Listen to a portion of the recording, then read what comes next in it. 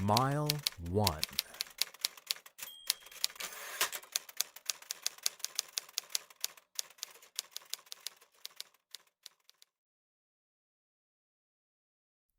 There was no pomp and circumstance about finally pulling out of that familiar parking lot. It was a humble bowing out, a solemn reverence for the city I fell in love with. I'll always have a piece of my heart here in San Francisco, but for now, it was time to go forth and fulfill this adventure in the making. Before we set off eastward, however, I had one more thing to see behind me. The Pacific Ocean.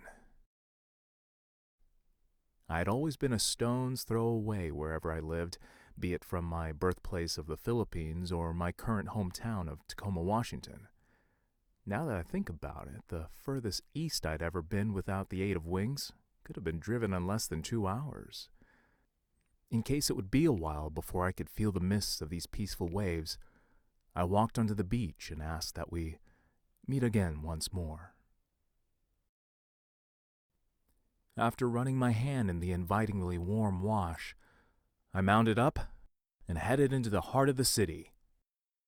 My first goal was to cross the famous Golden Gate Bridge, but it meant having to ride through the gauntlet that is downtown San Francisco. I never considered myself a city boy, though I could play the part.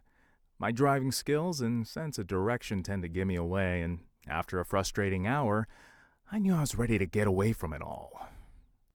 Serendipitously, the traffic washed us up at my intended first stop, an overlook that had the iconic view of the bridge. I had hoped to take a picture with my motorcycle and I in the foreground, captioning it along the lines of, "Crossing the bridge from civilization to wilderness." To my dismay, it wasn't happening. The lot was packed with tourists, and a cheerleading squad was participating in what seemed like an endless photo shoot at the only viable spot for a picture.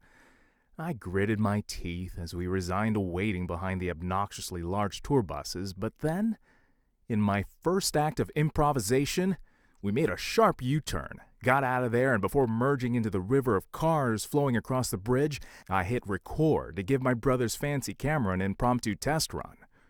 Coincidentally, my Bonnie's theme song shuffled into gear over the speakers, and what ensued was the perfect fanfare to kick off the road trip.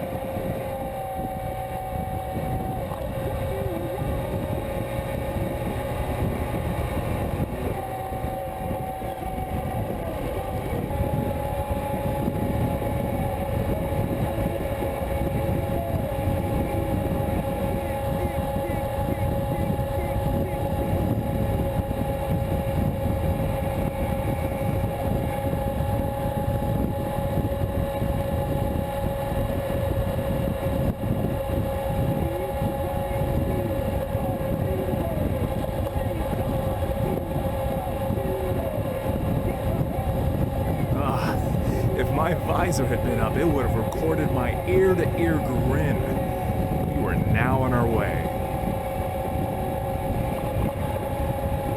After a true-to-definition joyride, we had to slam on the brakes for some exceptionally technical roads towards Muir Woods. With all the gear packed on, Chance's handling needed to be felt out, keeping her between first and second gear for the cliff-hugging, hairpin turning, and often one-lane road into the forested mountainside. The cautious ride ended with a comical, "Phew," and a wipe of the brow. First order of business? Invest in an annual National Parks Pass. I figured I'd be spending as much time as possible meditating before the land's natural wonders and entrance fees would add up since most are government-protected regions. The old-timer, who always referred to me as Captain America, or Easy Rider, gave me the advice and suggested some places I've duly noted in the back of my directionless mind. First up was a place I considered visiting when my girlfriend expressed interest in seeing a redwood forest, like in her textbook. We ended up going to the largest grove in Northern California as a Valentine's Day gift, but after seeing the recent Planet of the Apes, which was set in Muir Woods, I knew I had to see this particular grove for myself someday. Neat little fact that I just learned. My mother had been through these woods just before I was born. The subconscious drive to stop at these places must have roots in my admiration for the country's first pioneers. The idea of traversing through places for the first time always excited something in me, and what better place to immerse oneself than in these relatively preserved and pristine parks? This one in particular was named after one of my most admired naturalists, John Muir. The name may ring a bell to some of my ragtag adventure buddies, as it is also the same name of the base camp at Mount Rainier, to which we try every year to reach comically ill-prepared. I won't say I wasn't looking for a four-leaf clover. The peacefulness of this ancient grove was a stark contrast to the industrialization just across the bridge. When I came across one of those cross-sections of a redwood trunk, dating its age to events in human history, the giants towering before me made me feel so insignificant.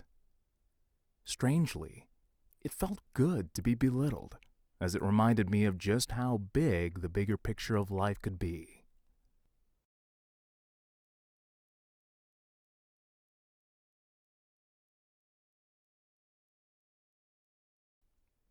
I spent a couple hours hiking around. Felt good to be out of breath, thinking down the line that if I managed to get on a trail every now and then, the roadside food shouldn't go to my gut. Speaking of which, my last meal was my favorite dish from my old diner hours ago, and it was time to have an adventurer's meal. That's right, good old PB&J. I often packed it along with Ritz crackers when I'd go on expeditions around my backyard when I was knee-high, and even now, towering at 6 feet, the sandwich still hits the spot. The woods was a great place to start and set the tone for the rest of the journey, although I didn't get to trek at all due to most of the trails being closed due to landslides. No matter. The trees' shadows were getting long and hinted at me to hitch up and find a place to crash for the night. As Chance and I rounded our compass east, with the bay to our right, the land on our left turned to rolling hills lined with vineyards and signs calling the area Sonoma. I'd heard of this valley before, but never paid much attention since the taste of wine never really got around to being acquired on my palate. The scenery was gorgeous, and the highway I was on just as pleasant, especially with the setting sun. Normally, the orange hue would serve as a warning signal to a motorcyclist with the dropping temperatures, but to my surprise, the air was warm. I had no intentions of continuing far from the Bay Area on the first day, but with the light lingering well past 8 p.m. and the blanket of warm air sticking around, I rode on for the sake of enjoying the ride. Sacramento would be the first major city on the way east, and at this rate, might as well be where I would lay my head first. Unfortunately, between the signs indicating the shrinking miles left to the state's capital and the growing miles on my odometer, it didn't look like I'd have enough gas to get there due to burning a lot of it in the city traffic earlier today.